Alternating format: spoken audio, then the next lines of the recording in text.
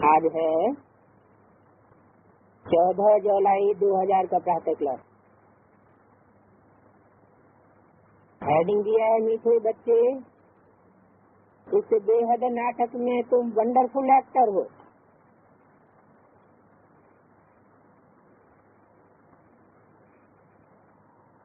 ये अनादि नाटक है, इसमें कुछ भी बदली सदली नहीं हो सकता। रिकॉर्ड चला है, तूने रात गंवाई सोए के, दिवस गंवाया खाए के, 24 घंटे लगे पड़े हैं कमाई में खाने के लिए।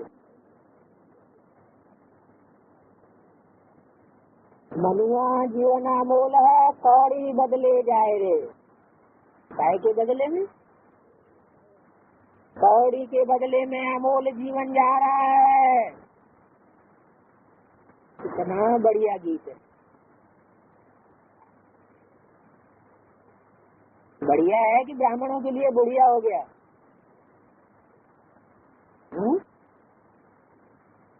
अभी बढ़िया है? गीत बढ़िया है, बहुत बढ़िया है। अच्छा, ओम शांति। ये गीत बच्चों ने सुना। किसने सुना? बच्चों ने, माना बच्चा बुद्धियों ने ये गीत ध्यान दे करके सुना। जो बूढ़े हो चुके हैं उनको तो इन बातों से वैराग आ चुका है। क्या कहा? जो बूढ़े अनुभवी हो चुके हैं इस दुनियादारी के सुखों के, उनको तो इन बातों से, इन गीतों से वैराग आ चुका है। तो बच्चों ने ये गीत सुना। अब इसमें कोई अक्षर राइट भी बाबा भी मान लेते हैं। आखिर बच्चे महात्मा होते हैं, बच्चा बुद्धि है तो क्या हुआ। अब इसमें भी कोई अक्षर राइट भी है तो रंग भी। मुख में तो सिमरन किया नहीं जाता है, दुख को भी आना है जरूर। दुख हो तब तो सुख देने के लिए बाप को आना पड़े। तो बाप कौन सी दुनिया में आवेगा? आवेगा कि आया हुआ है, सुख की दुनिया में आया हुआ है। अब इस दुनिया में कोई सुख नहीं है, तो थोड़ा थोड़ा है अभी। दुख हो तब तो सुख देने के लिए बाप को आना पड़े। माना बाप हर युग में नहीं आता है। सतयुग में तो 16 कला संपूर्ण सुख होता है, वहाँ तो दुख का नाम निशान नहीं। त्रेता में भी नाम निशान नहीं। जब द्वैत द्वापर शुरू होता है, दो मतें शुरू होती है, तब थोड़ा दुख शुरू होता है। और अभी कलयुग के अंत तक आते आते अनेक मतांतर दुनिया में खड़े हो जाते। एक ही परिवार में अनेक मतों की आत्मा इकट्ठी हो जाती है।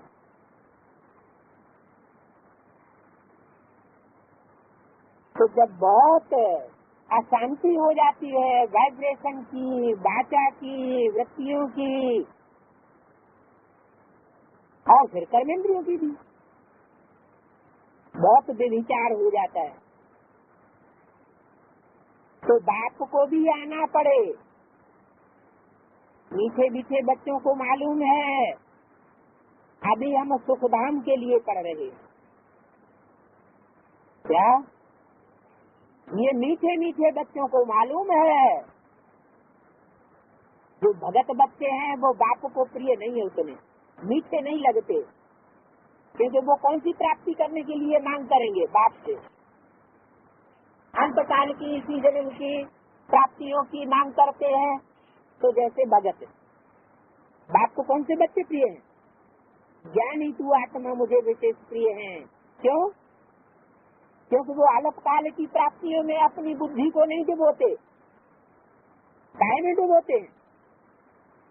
21 जन्म और 21 जन्म के आधार पर 63 जन्मों की भी जो प्राप्ति होती है, माना पूरे ही 84 जन्मों की जो प्राप्ति करने में पुरुषार्थ में लगे हुए हैं, ऐसे ज्ञानी तू आत्मा मीठे मीठे बच्चों को मालूम है। अभी हम सुखधाम के लिए पढ़ रहे हैं, इस दुखधाम के लिए हमारी पढ़ाई का लक्ष्य नहीं है। हम राजयोग की पढ़ाई का जो लक्ष्य प्राप्त करने जा रहे हैं, वो लक्ष्य सत्युग में हमको प्राप्त होगा। इस कलियुगी दुनिया की हमें कोई प्राप्ति नहीं करनी है। यहाँ तो ये आखिरी जन्म है सबका, सारी दुनिया ही दुखी है। आखिरी जन्म में दुख होगा तब तो नई दुनिया में सुख मिलेगा।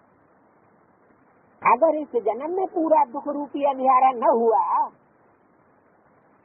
तो पूरा सुख कैसे मिलेगा?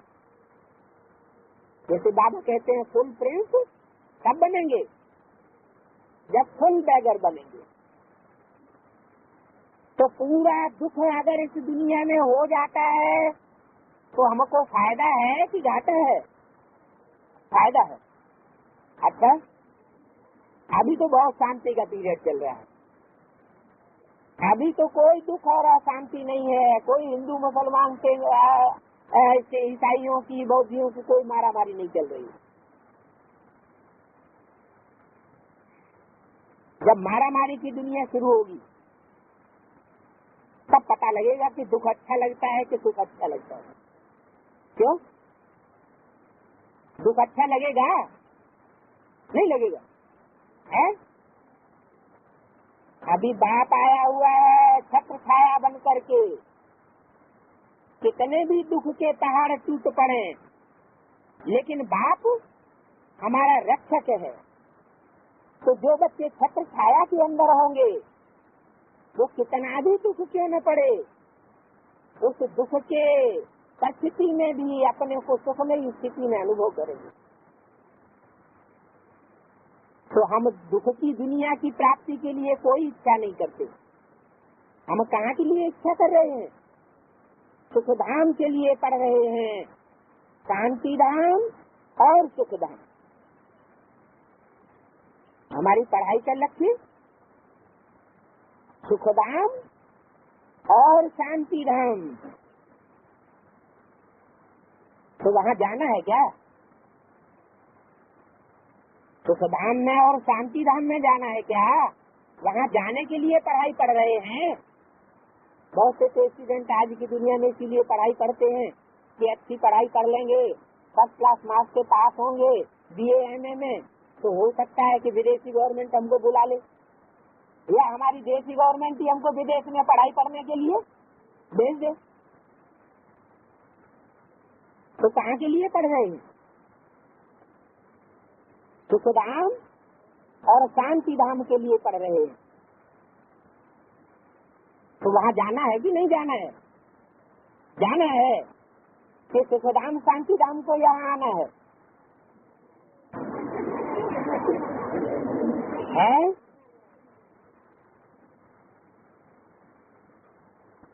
शांति धाम और सुखधाम पहले होती है जीवन मुक्ति।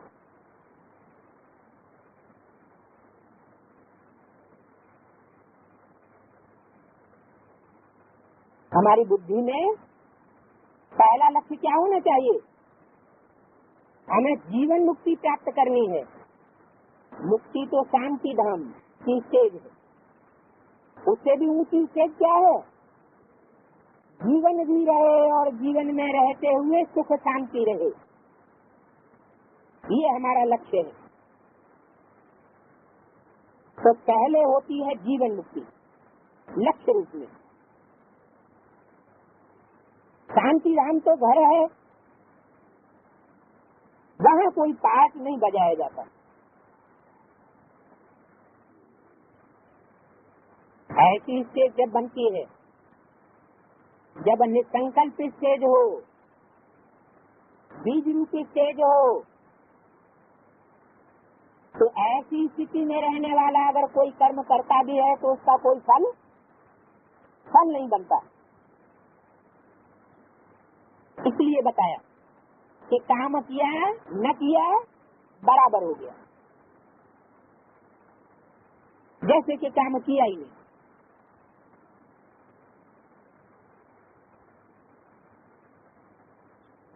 शांति धाम में कोई पाठ नहीं बजाया जाता, एक्टर्स घर में चले जाते हैं, वहाँ कोई पाठ नहीं बजाते, पाठ स्टेज पर बजाया जाता।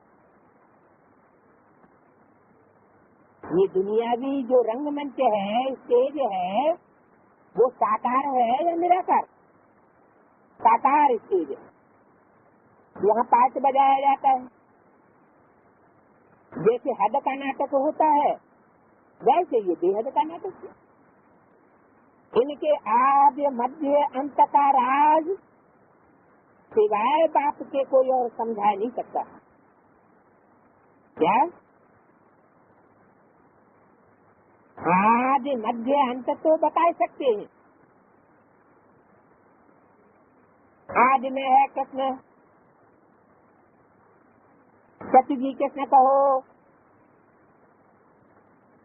या संगम जी कृष्ण कहो, मध्य में है राजा विक्रमादित्य, अथवा उसको पढ़ाई पढ़ाने वाला उसका बाप या गुरु, और अंत में है beggar to prince, full beggar to full prince. लेकिन ये तो 60 बात हो गई, उसमें राज की बात कैसे समझे?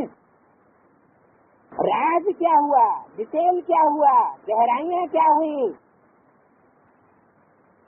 ये आदि मध्य अंत का राज सिवाय बाप के और कोई नहीं बता सकता। वास्तव में ये यात्रा है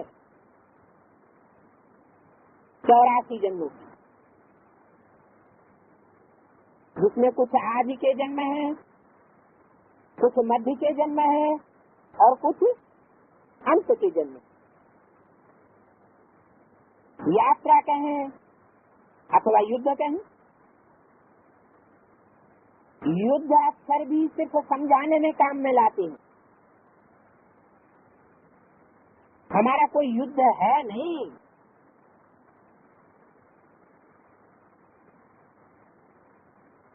गीता में भी क्या लिखा है? धर्म क्षेत्र कुरुक्षेत्र। ये दुनिया एक कुरुक्षेत्र है, युद्ध का मैदान है, कर मरो या मर मिटो। धर्म क्षेत्र है, धर्म करो या अधर्म करो।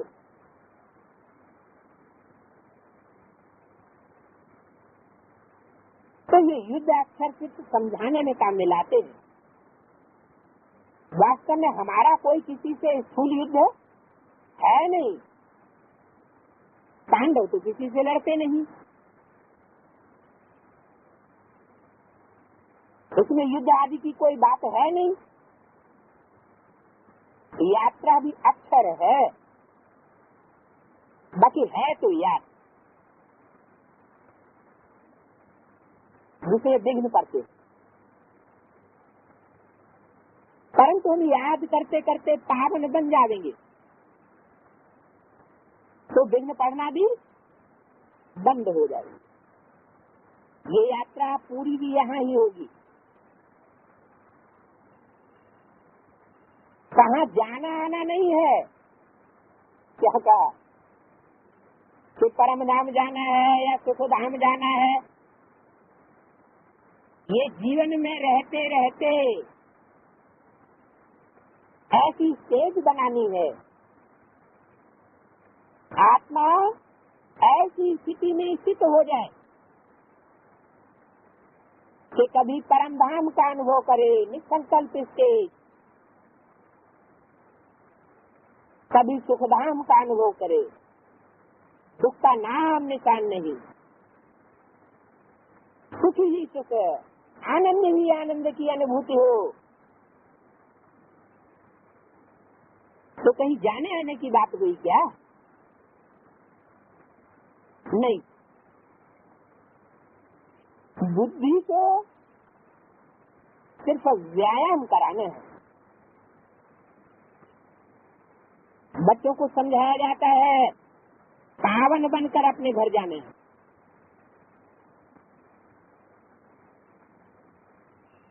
पहले जावेंगे शांति धाम, माने बुद्धि को शांति धाम की स्टेज में ले जावेंगे, परंतु कब ले जावेंगे? शर्त क्या रख दी है? पावन बनेंगे तो परम धाम का अनुभव करेंगे। दृष्टि से, वृत्ति से, कृति से, मन वचन कर्म से, तन से, मन से, धन से विचारी बनते रहेंगे तो वो स्टेज नहीं बन सकती निसंकल्प स्टेज।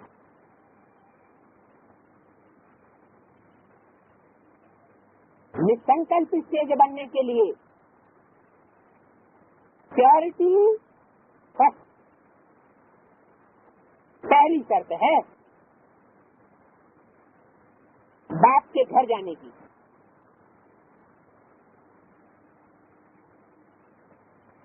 अपवित्र तो जा ही नहीं सकते। अपन को आत्मा समझना है,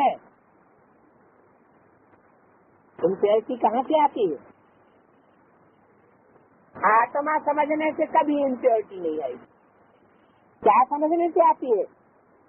देहभान आता है तब इम्प्योरिटी आती है।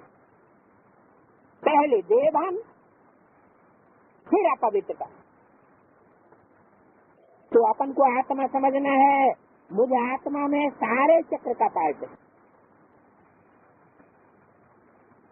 अपार सुखों का भी पार्ट है और अपार दुखों का भी पार्ट है।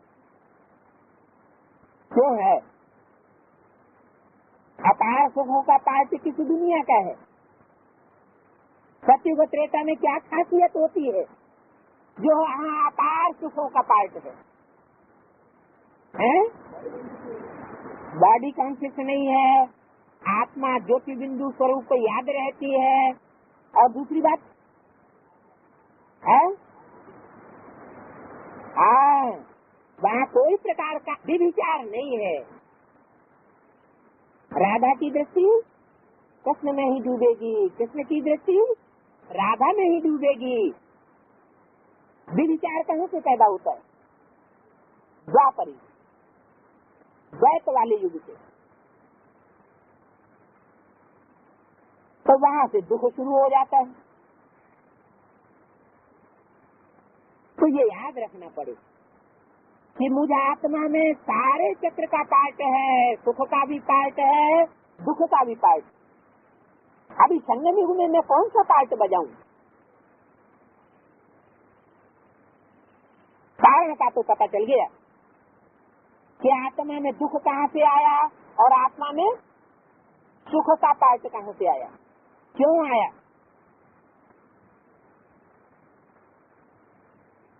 अभी 84 जन्मों का पार्ट पूरा होता है। बाप राय देते हैं, बहुत सहज राय देते हैं। क्या राय देते हैं? 84 जन्मों का पार्ट पूरा करने के लिए क्या राय देते हैं? ये सुख दुख का जो पार्ट है उसे पूरा करने के लिए क्या राय देते हैं? बहुत सहज राय देते हैं। मुझे याद करो, मुझे याद करो। तथाकथित ब्राह्मण इसका अर्थ लगाते हैं, क्या लगाते हैं? मुझे बिंदी को याद करो। अरे बिंदी को याद करें? कोई पार्टिकुलर बिंदी है क्या? हो सकती है, कोई पार्टिकुलर बिंदी हो सकती है कि कोई लाल स्पेशल बिंदी हो या सफेद हो या पीली हो या बड़ी हो।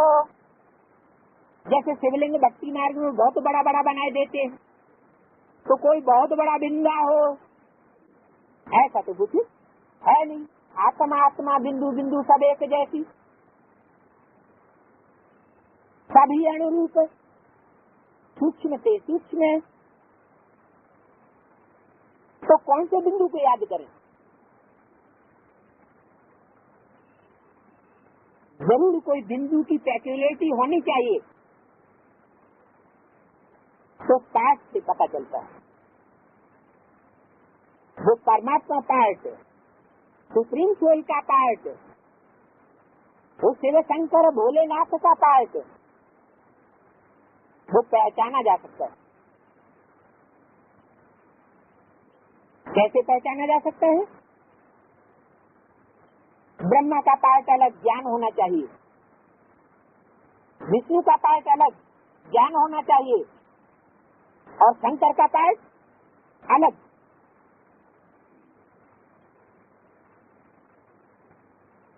क्या बोला है? तुम वंडरफुल एक्टर हो, तो उसमें भी तो नंबरवार ही होंगे। क्या बोला? शंकर का पार्ट है वंडरफुल, जो तुम बच्चे भी समझ नहीं सकते, इतना वंडरफुल। तो बहुत सहज राय देते हैं, मुझे याद करो,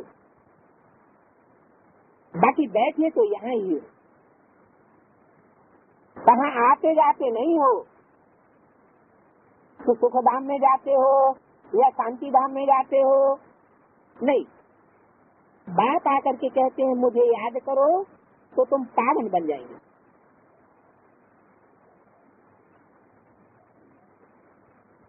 मुझे याद करो तो तुम पावन बन जाएंगे। और डकैत को याद करो तो क्या हो जाएंगे? डकैत हो जाएंगे। चोर को याद करेंगे तो चोर हो जाएंगे। जैसे को याद करेंगे बुद्धि वैसी ही बन जाएगी। पत्थर को याद करेंगे तो बुद्धि, मन बुद्धि रूपी आत्मा पत्थर बुद्धि हो जाएगी।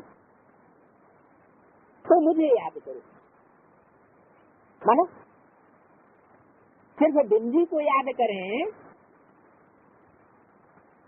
तो पावन नहीं बन जाएंगे। है? अरे अभी तो बताया, पहला लक्ष्य हमारा क्या है? पावन तो बनना। इब्राहिम बुद्ध क्राइस्ट पावन भर करके घर नहीं जाते हैं क्या? जाते हैं कि नहीं जाते? जाते हैं, वो भी पावन बनते हैं। तो हमें कैसा पावन बनना है? देवताओं जैसा पावन बनना है या विदर्भियों जैसा पावन बनना है? पहले बताया कि पहले है हमारा लक्ष्य जीवन मुक्ति। हमारा लक्ष्य सिर्फ शांति धाम में जाने का नहीं है, मुक्ति प्राप्त करने का नहीं है। मुक्ति से भी ऊंची स्टेज है जीवन मुक्ति। तो बाप कहते हैं मुझे याद करो तो पावन बन जाओगे। माने मुझे जो कहने वाला है वो शांति धाम की स्टेज में ही रहने वाला है या सुख धाम की स्टेज में भी रहने वाला होगा? शांति धाम की भी स्टेज में रहने वाला होगा और सुख धाम की स्टेज में भी रहने वाला होगा। और ईश्वरीय सेवा के लिए जो दुख की स्टेज में रहने वाले बच्चे हैं, दुख की अनुभूति कर रहे हैं, बंधन में हैं, उनको बंधन से छुड़ाने के लिए उनके नजदीक भी जाने वाला होगा।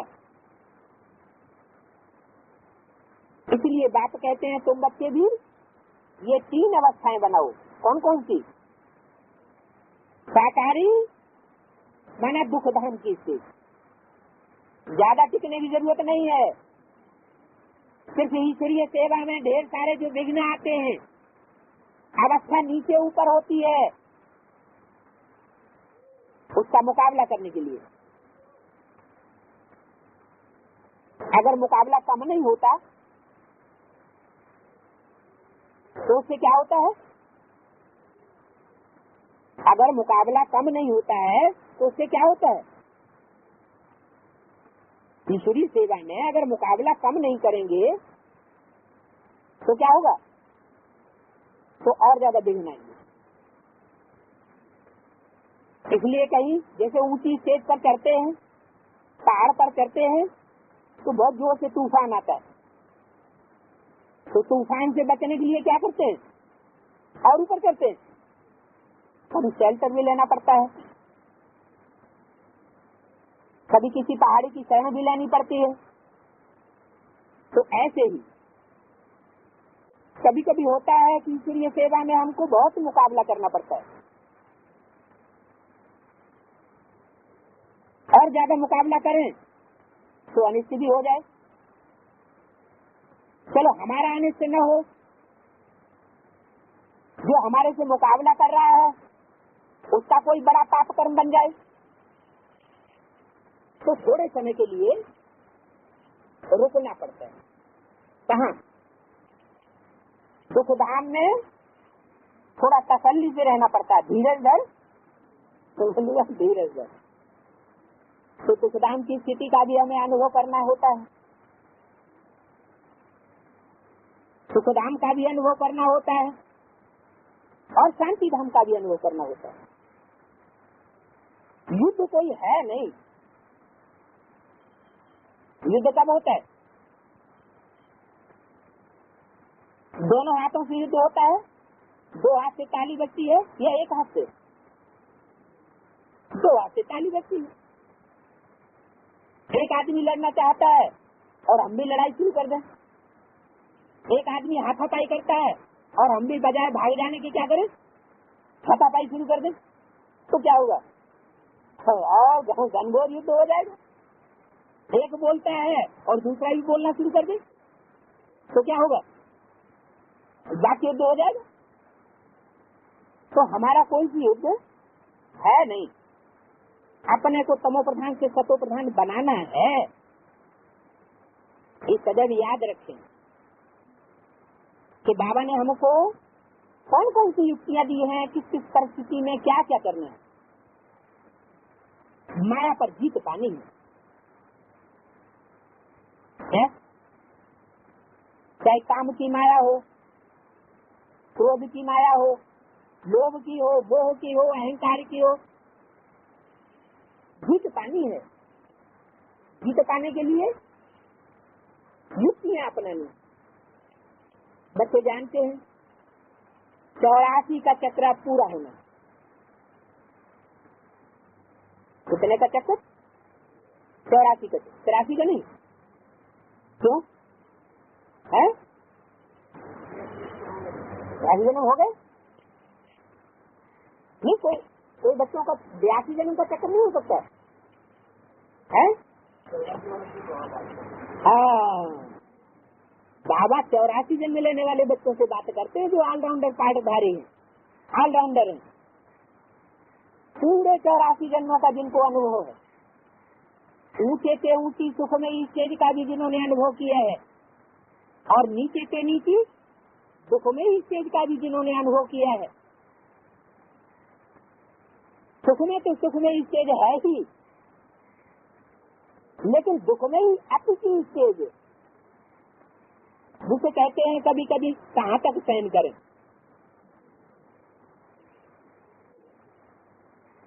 तो कहाँ तक सहन करें माने घबराए रहे। कुछ न कुछ 84 जन्म में से कमी है, पूरे 84 जन्म लेने वाले नहीं। ऐसे बोल निकलते हैं, ऐसी फीलिंग आती है, अथवा भाग खड़े होने की इच्छा होती है। किसमें? भारत में मनुष्य तो मनोबुद्धि वाले होते हैं ना। भारत में जरूर मनुष्य ही होंगे, जमीन थोड़े ही बदलेगी। भारत की जमीन तो वो ही रहेगी, बदलेगी नहीं। अभी तुम जानते हो हम सतो प्रधान थे, फिर तमो प्रधान बने, अब फिर सतो प्रधान बनना है। मनुष्य पुकारते भी हैं कि आकर के हमको पतित से पावन बनाओ, आकर के पावन बनाओ। कि ब्रह्मा तन में आओ और आकर के चले जाओ, फिर हम पावन बनते रहेंगे। पुकारते हैं कि भगवान आओ, ब्रह्मा के तन में पढ़ाई पढ़ा के चले जाओ और हम पावन बनते रहेंगे। क्या कह के बुलाते हैं? आओ, किस लिए आओ? पतित से पावन बनाने के लिए आओ। ये कह करके नहीं बुलाते कि ज्ञान सुना करके चले जाओ, ज्ञान सुनाकर पावन बना कर चले जाओ, नहीं। आओ और आखिरी लक्ष्य क्या है? पतित से पावन बना करके जाओ। ज्ञान सुना के चले जाना सिर्फ, ये भाषणबाजी तो दुनिया में बहुत गुरु करते रहे। जितने गुरु आए सबने ये भाषणबाजी कर दी। क्या? ज्ञान सुनाया और चले गए। दुनिया भर बाद में पतिति बनती रही और बनती रही। चाहे इब्राहिम हो, बुद्ध हो, क्राइस्ट हो, गुरु नानक हो, कोई भी हो, ये बात तो सच्ची है ना। दुनिया तो नीचे ही गिरती चली गई, इसलिए प्यार बढ़ता गया, सहानुभूति बढ़ती गई, नहीं घटती गई। तो मनुष्य पुकारते भी हैं कि आकर के हमको पतित से पावन बनाओ, परंतु वह कौन है जो आकर के हमको पतित से पावन बनाते हैं? और कैसे आते हैं? कैसे आते हैं? बिंदी बन के फुदुक फुदुक के आते हैं या पाँव पाँव आते हैं? पाँव पाँव आते हैं, ट्रेन से नहीं आते। कैसे आते हैं कुछ नहीं जानते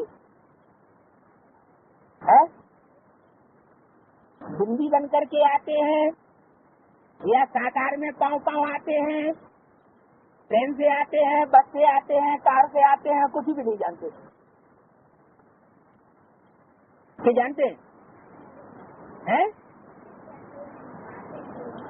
आते हैं वो मालूम है, कब आते हैं कब चले जाते हैं वो मालूम है, मालूम है।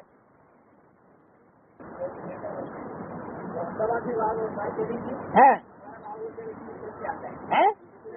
एक सीटर से आता है।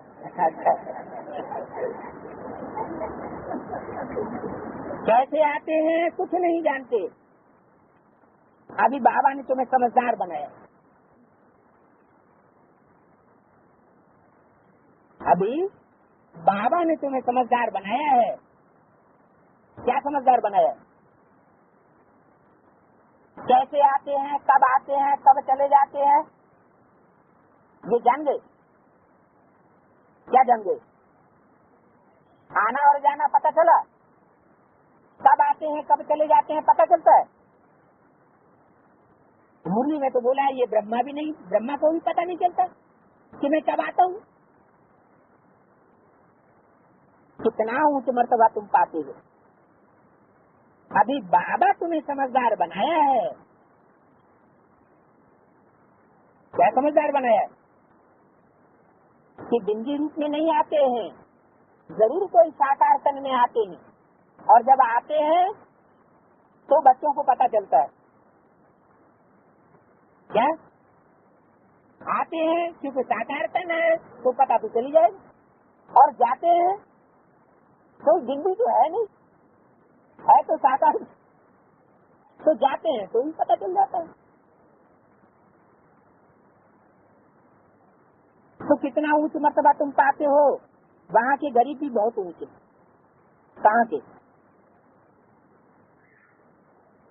जो नई दुनिया होगी वहाँ के गरीब भी बहुत ऊंचे होंगे, यहाँ के साहूकारों से तो बहुत ऊंचे होंगे। बल कितने भी बड़े बड़े राजाएं थे, उनके पास धन बहुत था, परंतु है तो भिखारी ना। जो असली प्रॉपर्टी है आत्मा की, कौन सी प्योरिटी, वो तो उनके पास नहीं थी। इन राजाओं से वहाँ की साधारण प्रजा भी बहुत ऊंची बनती है। क्या कहा? जो इस कलियुगी दुनिया के राजाएं होते हैं, उन राजाओं से वहाँ सतयुग की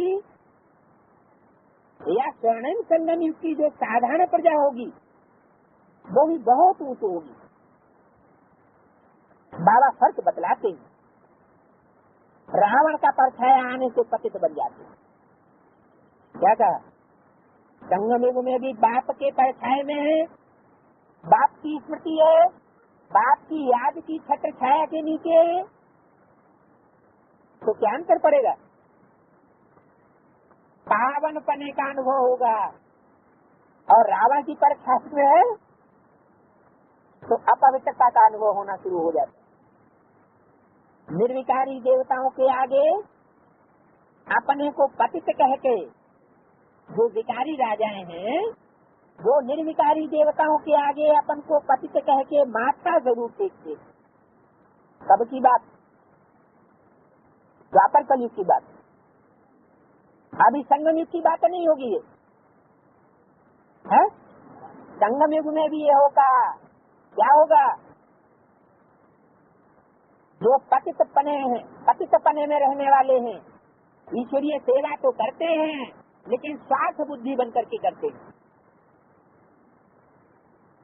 अंदर से चालाकी भरी रहती है। तो ऐसी स्वार्थ युक्त सेवा करने वाले राजा तो बनेंगे, लेकिन कौन सी युग में राजा बनेंगे? पतित युग में राजा बनेंगे। मूढ़ा जन्मनि जन्मनि, जो गीता में शब्द आया है, ऐसी मूढ़ात्माएं जन्म जन्मांतर राजाई तो लेंगी, लेकिन कहाँ राजाई लेंगी? पतित दुनिया। तो निर्विकारी देवताओं के सामने जाकर के विकारियों को, जो अधूरे देवताएं बनते हैं, कैसे देवताएं बनते हैं? अधूरे देवताएं।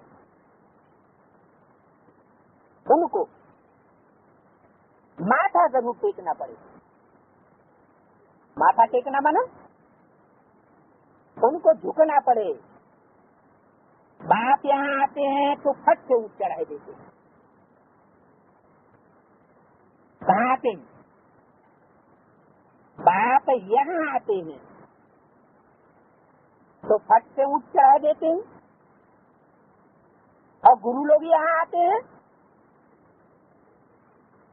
तो फट से नीचे गिरा देते हैं। ये गुरु कहाँ होंगे? सतयुग त्रेता में होंगे, द्वापर कलयुग में होंगे, कि संगम युग में भी होंगे? द्वापर कलयुग की ही बात नहीं है। इस पुरुषोत्तम संगम युग में भी ऐसे गुरुओं का पार्ट बजाते हैं। अभी पतित से पावन बनने की बात हो रही थी। क्या बात हो रही थी?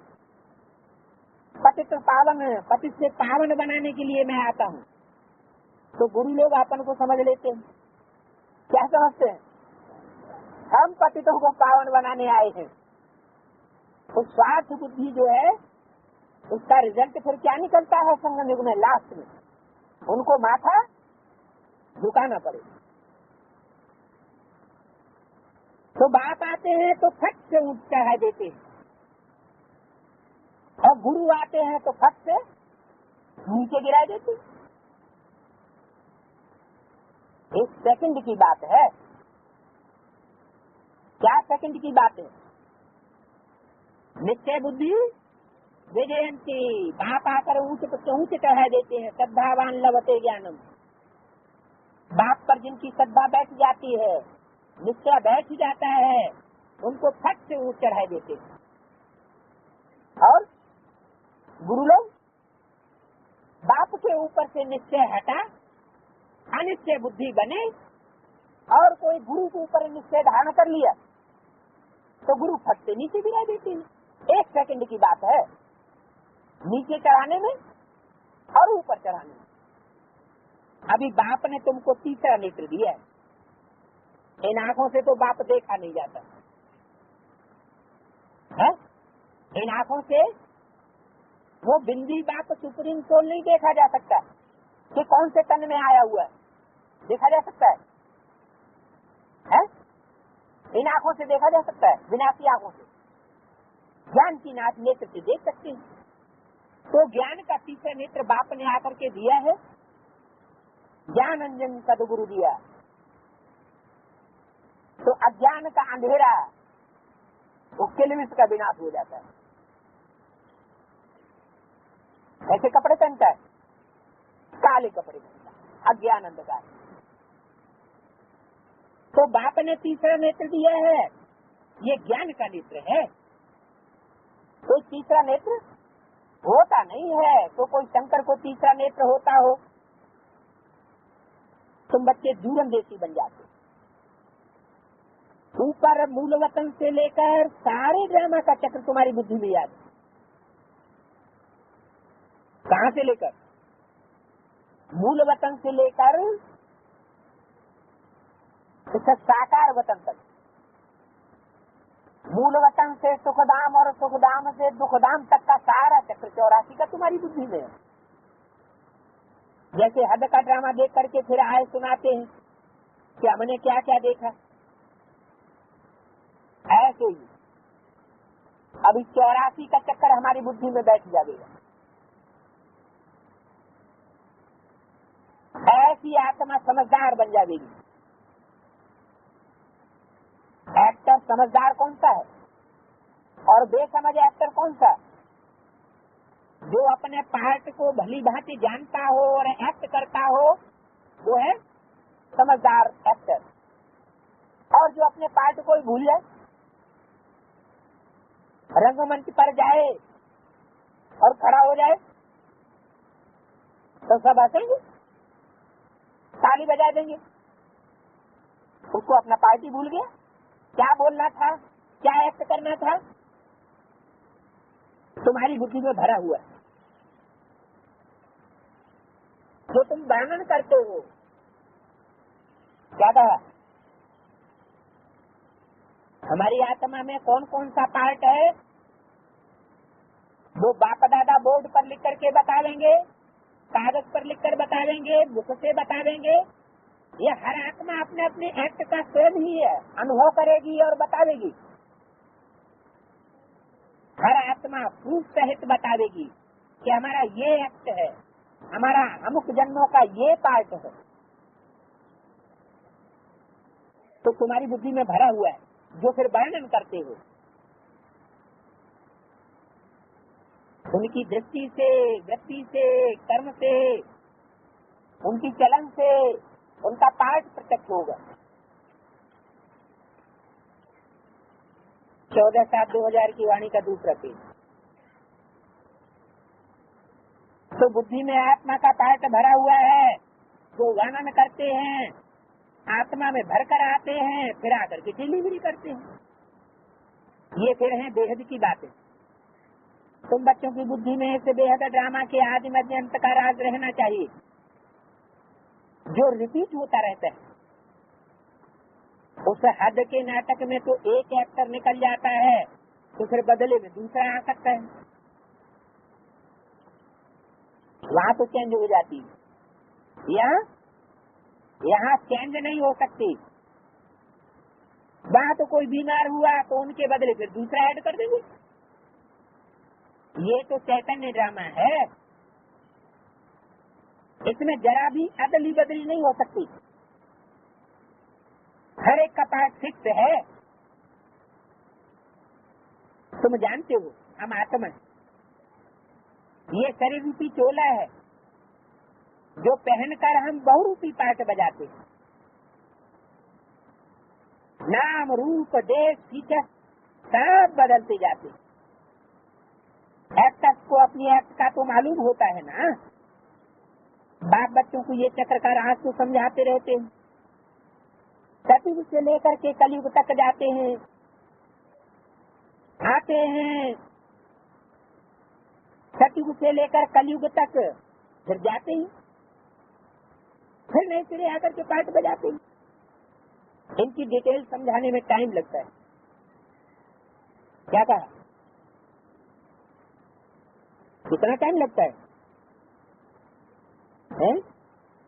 इस चक्र की डिटेल समझाने में कितना टाइम लगता है? शूटिंग का राज समझने में कितना टाइम लगता है? एडवांस में जब से आए तब से शूटिंग का ज्ञान हुआ, उससे पहले सामान्य नॉलेज थी, तो दोनों मिलाकर के कितना टाइम लगता है? जब तक जीना है तब तक पीना है। जब देह भान से मर जाएंगे टोटल 100%, तो पीना बंद, निश्चय बैठ जाएगा अपने पार्ट के ऊपर। तो बोला डिटेल समझाने में टाइम लग जाता है, बीज में भल नॉलेज है। क्या कहा? जो सारे मनुष्य सत्य रूपी झाड़ का बीज है, उसमें भल नॉलेज समाई हुई है, फिर भी उस नॉलेज को समझाने में टाइम लग जाता है। तुम्हारी बुद्धि में सारा बीज और झाड़ का राज है, तो भी जो अच्छे बुद्धिमान हैं वो समझते हैं कि इसका बीज ऊपर में है। इसका बीज, इस मनुष्य से झाड़ का बीज ऊपर में है। ऊपर में है का मतलब क्या हुआ? परमधाम में है। परमधाम में होने की बात नहीं, नीचे ऊपर होने की बात नहीं, ऊंची स्टेज में है। इनकी उत्पत्ति, पालना और संहार कैसे होता है, जिसको समझाने के लिए त्रिमूर्ति दिखाया गया। इसकी उत्पत्ति, पालना और संहार, ये समझाने जो बाप देते हैं और कोई भी मनुष्य नहीं दे सकता। जब यहाँ आए तब पता पड़े कौन आए। बाप जब यहाँ आए तो पता पड़े, जब बाप आकर के बताते हैं किसकी उत्पत्ति, पालना और संहार कैसे होता है और किन के द्वारा होता है। इसलिए तुम सबको कहते हो यहाँ आकर के समझो। क्या कहा? अपने घर बैठ करके नहीं समझ लो। क्या करो? यहाँ आकर के समझो। मैंने समझाने वाला जहाँ हो वहाँ पहुँचना पड़े, उसके सन्मुख पहुँचना पड़े। यहाँ आकर के समझो। कोई बहुत कट्टर होते हैं तो कहते हैं हमको कुछ भी सुनना नहीं है, कोई तो फिर सुनते भी हैं। क्या कहा? कट्टर धर्म कौन कौन से होते हैं? मुसलमान बहुत कट्टर होते हैं, वो तो कान में ही उंगली दे लेंगे। अल्लाह मियाँ के बारे में हम कोई से नहीं सुनेंगे। हम तो रोज याद करते हैं, हमको किसी से सुनने की दरकार नहीं है। मुल्ला का मतलब क्या है? दाढ़ी वाला नहीं, मूत ला, जो इस दुनिया में मूत की दुनिया ला देता है उसको कहते हैं मुल्ला। इस्लाम धर्म से ही मूत की दुनिया शुरू होती है, आज से 2500 वर्ष से। ये मूत की दुनिया पैदाइश हुई। उससे पहले कौन सी दुनिया थी? 10 इंद्रियों की औलाद नहीं होती थी। कौन सी औलाद होती थी? 6 इंद्रियों की औलाद पैदा होती थी। साफ सुखी थे। उससे मूत की दुनिया की औलाद साफ दुखी है। तो कोई बहुत कट्टर होते हैं, विधर्मी कट्टर होते हैं या स्वधर्मी कट्टर होते हैं। जो भी दूसरे धर्म के हैं, दूसरे देश के हैं, बहुत कट्टर होते हैं। दूसरे देश वालों को, दूसरे धर्म वालों को निग्लेक्ट करते रहते हैं, निकालते रहते हैं, भगाते रहते हैं, भागो हमारे देश। एक भारत देश ही ऐसा है जिसने माता का पार्ट बजाया, मदर कंट्री। कौन सा देश गाया जाता है? भारत। इसकी गोद में मुसलमान आए, भले आक्रमण किया, वो भी समा गए। ईसाई आए, भले आक्रामक बने, कितना नरसंहार किया, वो भी समा गए। आज भारत की राजधानी में बराबर की संख्या देखी जा सकती है। हिंदू भी हैं, क्रिश्चियंस भी हैं, मुसलमान भी हैं, सिख भी हैं। हर धर्म को, हर देशवासियों को इस देश में आए हुए भगवान को प्राप्त करने का पूरा मौका मिलता है। तो कोई धर्म बहुत कट्टर होते हैं तो कहते हैं हमको कुछ नहीं सुनना है। कोई तो फिर सुनते हैं, कोई लिटरेचर लेते हैं, कोई नहीं लेते हैं। उनको लिटरेचर दो तो फाड़ के फेंक देते हैं। तुम्हारी बुद्धि अभी कितनी विशाल दूरंदेशी हो गई। ऐसे क्यों कहा? विशाल बुद्धि दूरंदेशी क्यों कहा? लिटरेचर देने के मामले में उसका भी तरीका बता दिया। पहले नब्ज को परख लो, थोड़ा सुनाए के देख लो, उसको पसंद आता है, कुछ सुनता है तो लिटरेचर देना चाहिए। कुछ समझाया ही नहीं, कुछ बताया ही नहीं, ऐसे ही किसी को लिटरेचर देने से कुछ भी समझेगा नहीं, फाड़ के फेंक देगा। तो विशाल बुद्धि बनना है, दूरंदेशी बुद्धि बनना है। तीनों लोगों को तुम जानते हो। मूल वतन जिसको निराकारी दुनिया कहा जाता है उसको तुम जानते हो, बाकी सूक्ष्म वतन का कुछ भी है नहीं। कनेक्शन सारा है मूल वतन और स्थूल वतन से। बाकी सूक्ष्म वतन तो थोड़ा टाइम के लिए है। क्या कहा? कम से कम सूक्ष्म वतन कोई आत्मा के लिए कितने साल के लिए रखते हैं?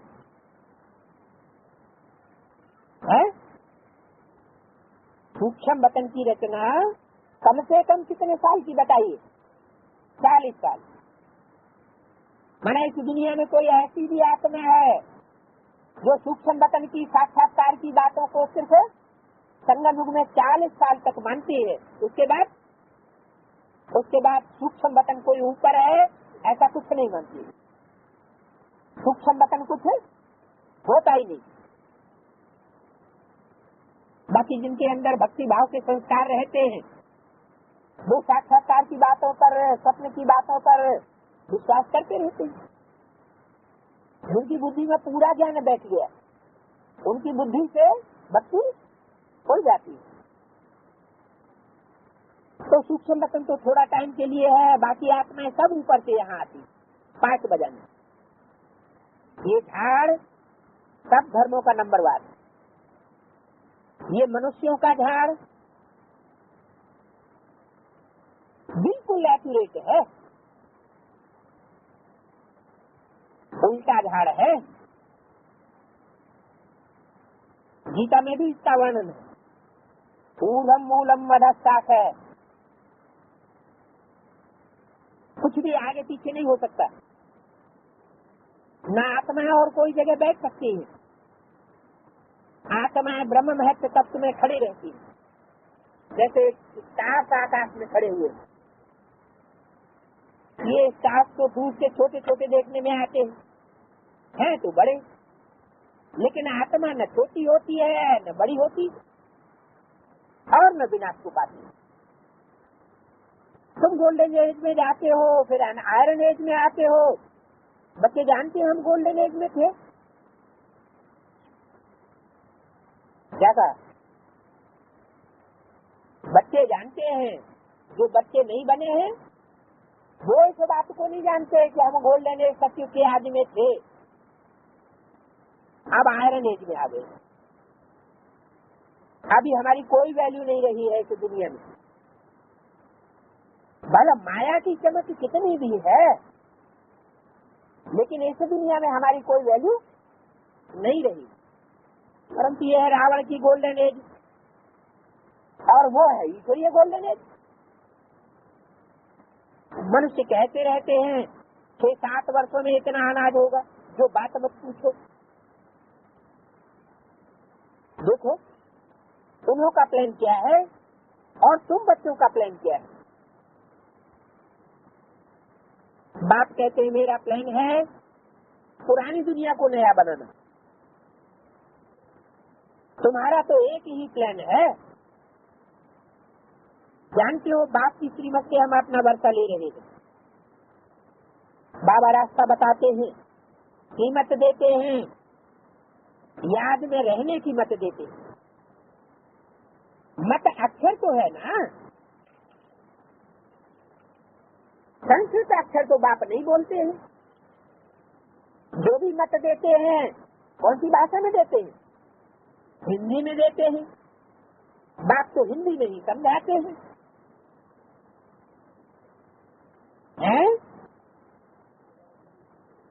ब्रह्मा बाबा भी हिंदी में ही समझाते थे। उनमें समझाने वाला समझाते नहीं थे, सुनाते थे। ब्रह्मा बाबा में भी सुनाने वाला कौन था? शिव बाबा। उन्होंने हिंदी बोली थी, क्या बोला? हिंदी में ही तो मुरली बोली ना। है जब वो तो अंग्रेजी के भी शब्द आते हैं, उर्दू के भी शब्द आते हैं, हिंदी भाषा ही ऐसी है, वो सब भाषाओं को अपने में मिक्स कर लेती है। सैकड़ों भाषा है ना, तो बात तो हिंदी में ही समझाते हैं। भाषाएं तो ढेर है।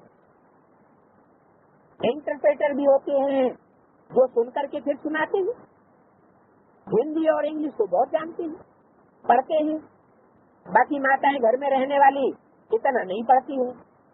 आजकल विलायत में अंग्रेजी सीखते हैं तो फिर यहाँ आने से भी इंग्लिश बोलते रहते हैं। अब यहाँ हिंदुस्तान में आने पर इंग्लिश बोलने की क्या जरूरत, लेकिन उनको प्रैक्टिस पड़ जाती है अंग्रेजी बोलने की, तो यहाँ भी आकर बोलते रहते हैं। हिंदी बोल नहीं सकते, घर में आते हैं तो माँ से इंग्लिश में बात करने लग पड़ते हैं। वो बेचारी बूझ पड़ती है। ये सब आज की बातें समझा रही बेहद की। उनको